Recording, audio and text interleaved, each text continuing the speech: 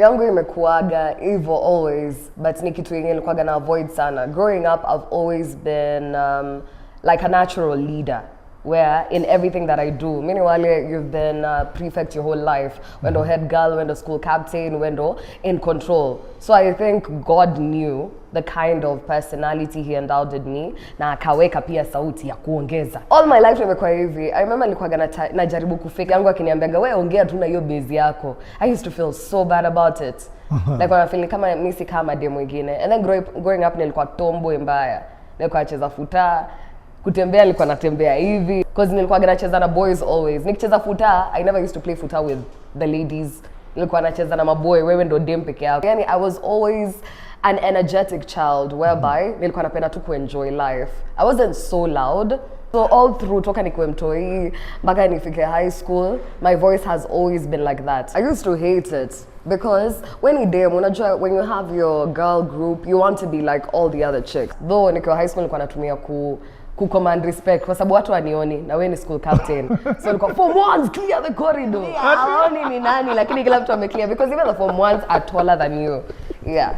Number one, I'm already an odd one out because I'm such a tomboy. Like naturally, na operate tu ki mwanaume tu. Ni twende kabisa. Like throughout my whole life, I've always been like that. Whereby, I think nilibeba character ya Buddha sana. Like nikisema nimesema, and that's just basically it. So you're not too feminine.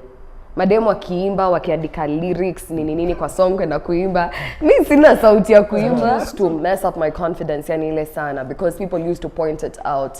But deep down, walimu walikuwa nataka sana nisome. Like you see, the person who'd always read in class. So they used to make me read a lot, but I never used to understand it. But now nikiangalia back in introspect, naona okay, maybe they used to see something in me. But mimi kuiona in myself, kiukweli, not at all. I was always an A student my entire life. I was always number 1, 2, 3. Any person or any alumni of Kenya High School will succeed in anything that they do because of the work ethic that is unapatiwa. Kenya High is a school yenye inakufanya uwe a whole 360 female, whereby in the way that you conduct yourself, from everything. Work ethic, I'm not just talking about the academic aspects, from how you, ukiamka asubuhi, how you make your bed, everything is to the nitty-gritty. Your hospital corner, how you wear your skirt, how you sit, how you use your fork and knife, how you conduct yourself, how you articulate your statements, your confidence, kila kitu. The first 2 weeks za kuingia ni za kutumia fork and knife, za kutembea like a lady. So nimetoka high school, mimi nikaingia straight jobo because I was always mini hustler. But immediately nilikuwa nafanya, I was an online marketing agent, Strathmore, for a certain travel and tours company. They came to our school, then unajua kirere nini everything, umaza tu shule hivi kama upata job. Nikimaliza hivi, I did not know what I wanted to do. Like mimi si wale wasia yenyewe, hati ever since I was a child, I wanted to be a journalist, I wanted to be Mungu wangu mimi mambo yangu ni mengi. Mama yangu akaniambia, why don't you try journalism? But I thought she was crazy because mbona nijaribu journalism and I got an A. Nitambia watu wa Kenya High nini na nilikuwa nime apply Emirates Aviation University nikiwa na wao. But then my mom was like, I see a lot in you. Just give it a try. So nikaenda kupata interfaculty transfer. They couldn't give me an interfaculty transfer because unatokaje. So napata umeenda unazungushwa ni nini watu washa report uni. Mimi bado sija report. Na naenda kufanya hii course yenyewe. I don't even know if I wanted to do. But I had inspiration ya different people that I used to look up to. Watu kama Caroline Mutoko, watu kama Bonang Mateba, that I really used to like and emulate. Nikiwa mdogo babangu alikuwa ananiambia, "Hebu ongea kama Caroline Mutoko tukusikie." Lakini it's never haikuwa imehit kwa akili that that's something I wanted to do. I knew as an academic, I had to take a serious course and a serious career. So this wasn't a serious career. So I went, nikafanya journalism parallel, madhendo alikuwa ananilipia because we couldn't tell my dad. So tukamwambia niko UN nafanya law. Mimi na madhendo tunajua nafanya journalism. Yeah. Alipogundua, babangu alikatch. Jumi ndo roho ya babangu. So unajua ile fear ya mzazi, is she really doing the right thing? But I'm glad that my mom saw something in me that I couldn't see in myself, because if she didn't, I wouldn't be where I am right now. Yes, I've told you, I have a hustling spirit. So I took the longer route. This is my 7th year in media. I'm 25, I've been doing this since I was 18. So the first 3 years ilikuwa za kutafuta tu opportunity. I usually feel like maybe journey yangu may take so long because you know watu wengine uko like 2 years. I have worked in I don't know how many online radio stations, online TV stations. Sikuwa nalipwa at all. Nilitoka kwa 10k nikaenda kuanza kusafa. Unakuwa intern 3 months wanafunga station, nyingine 3 months wanafunga station, unakuwa station nyingine kufanya radio in the morning, si hajanunua toke. Nataka kuniambia hapo sijatamak. Nilikuwa natembea kutoka South B mpaka Carnival na mguu nifike before everybody else. Nimeweka wig kwa bag, nimepaka makeup. Tumeitwa call time, kampuni ya Big Ted, Fomo TV. Tumeitwa call time 7 am. Mimi by 6 I'm there so that nikifika mtu asinione nilikuwa natembea. Because I didn't have money for fare, and ilikuwa imefikia point my parents, or rather my dad, felt like nilikuwa na feeling kama nime overburden mom, because mom alikuwa na do a lot, and my dad was like, you need to get serious with your career. Hizi jobs za bure hazisaidii. Unaachaje job Xiaomi unaenda kufanya shop nani job za bure.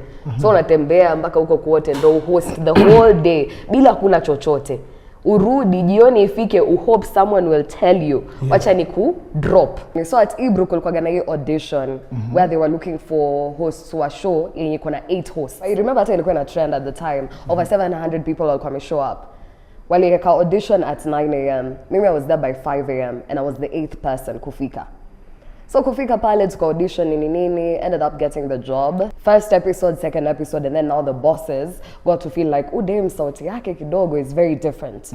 So wakanipeleka nianze kufanya screen test ya news. Never seen a teleprompter in my life. First time there. University of Nairobi, thank you, very important. Yeah, so kufika pale tuko na teleprompter, tukafanya nini, and out of that immediately I was given a call to come. So I was put into a political show. Na kisa na sababu ya kuweka kwa show ya politics ni juu sauti yako inaweza grill wanasiasa. What is it about this voice that you're talking about? So now you remember all the compliments and ulikuwa unafutilia mbali and you're like, okay, so this is something I could maximize on. So hapo ndo una go ahead kufanya news kisa na sababu sauti yako. Hosting a political show kisa na sababu sauti yako. I'd applied for NRG for 3 years, never got in. Now my 4th year. And now naturally as myself and not trying to fake that girlish voice, ndo now I got to host a breakfast show. Nimefanya journalism, I just dropped out. Okay, I just stopped showing up. Number one, what I wanted to do, mimi kama Azezzah Hashim, I wanted to be a pilot. But what I was called for or applied for was medicine, which I did qualify for. Alafu juu nilikuwa short, I knew qualifications za international, at least nikiwa 5'2", I could fly certain planes. But in Kenya, not really at the time. So I got the grades and everything. I remember I applied to Emirates Aviation University. I got in. I was supposed to do the foundation program. But then my dad at the time was caught in politics. And my dream to become a pilot didn't really happen. So niko hapa apply medicine for my dad to impress him, because kuna ile pride unaona budako ako nayo ama the light that inakuwa kwa sura yake akijua my daughter, that was part of impressing him. But deep down siwezi hata angalia kidonda ya mtu mimi. That's it, it's a calling, and I did not receive the call. Maybe they didn't get my number. So for me, I felt like I was so good as a news anchor. I was absolutely great as a political host, but it never gave me satisfaction at all. You just come, do the same things, and unarudi tu nyumbani. So everyone else is happy other than yourself. So I used to derive a lot of happiness from entertainment. But then I needed a door in, like ulikuwa unahitaji tu kuingia. I made sure that najua kila kitu venye TV na operate. So I made sure every opportunity I got my hands on, I wanted to become the best. Like hakuna penye unaweza nirusha nikose kujua. So from there now, I got nikaona hiyo opportunity ya energy. I'd already applied for the energetic MVPs before for 2 years. Then during COVID, hakuwa na hiyo audition. Now this was 2021. So technically it was my 4th year, but 3rd audition. So nikaamua wacha ni apply last minute, 2 days to the end of the audition. Easy applications za mwanzo za pili, I never got in because I wasn't good enough at the time. I had to grow, I had to reestablish myself, and I felt that angle yangu ya news ilinisaidia kuniposition kwenye breakfast show, because not only could you be an entertainer, but when politics came, especially during the election period, I could interview all sorts of politicians on my breakfast show. But sasa energy nili apply the first time. 2 kids auditioned for energetic MVPs. Yangalieni kwa YouTube nicheke. Second time nika apply, didn't even make it to the top 100. Then the last time, so kwa mimi kwa journey yangu, mtu ambaye ananijua on a personal level amekuwa ananifuata from zile enzi nikiuzanga makanzu, nikideliveria watu na nduthi. Anaona that the journey has really taken a slow but steady race. Even when it comes to how my fan base in Ndaiki grow, it's very slow but steady, because I think God has been strategic in making sure that my character is built over time. Kila mtu ana utofauti wake, and for me, I have never wanted to be like anybody else. I've never wanted to compete or fill in or, you know, kuchukua nafasi ya mtu mwingine, because I believe in myself kama Azezzah, and I believe in the personality and uniqueness that I bring on the table. So when it comes to the team that I work with, that was the first thing that they tried to integrate, ama kukuambia usijaribu at all kuwa kama so and so. We picked you because of who you are and the personality we think that we need at this point in time for this show. We feel there's a sense of uniqueness unaleta and a sense of relatability for the target audience at the time. So we want you to be exactly that. And they've always given me the freedom, they've always given me the leeway and the support that I need to be exactly that.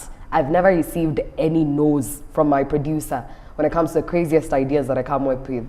Namba producer, by that next week, I want us to do the show from Tanzania. Sijui tutaiduaje, lakini mimi nataka kudu. My producer, hiyo ni kali sana. Haya, sasa tuangalie tunaleta nani. I feel the most supported on 10/10, and I have seen the impact and the greatness that even Citizen TV as a station iko nayo kwenye maisha yangu. I've been at other radio stations before and TV stations, na kuna ile ukubwa ilikuwa nayo, lakini ukubwa huu ya unaenda mahali and people are crazed over you and you're not a politician, you're not an artist. It is crazy. It is immense, and hata kuingia 10/10 yenyewe. Kwa najua nafanya Teen Republic, mimi nataka kuhost the trend ya Amina. And Amina alikuwa na you, and as my big sister, she always mentored me. She always prepared me. But the format of the kind of show that I wanted to do was very different. The first time nikiingia on TV, I told my boss, mimi niko hapa Teen Republic for 3 years. Now after 3 years, I'm going to do the Friday time slot here. The trend. Yes. Na pia Amina was very supportive when it comes to that. One of my biggest supporters and mentors, by the way. Imagine the funny thing is, she actually calls me before the show, babe, are you okay? Let's kill it today. I saw your outfit, that was fire. Outfit ya leo umeniangusha, lakini next week we have to do better. Nilikuwa najua, nilikuwa mpaka nimeka replacement. 10/10 Bazoo ameenda. I think wataleta kwa box. I think wanaweza hata pocha Amina.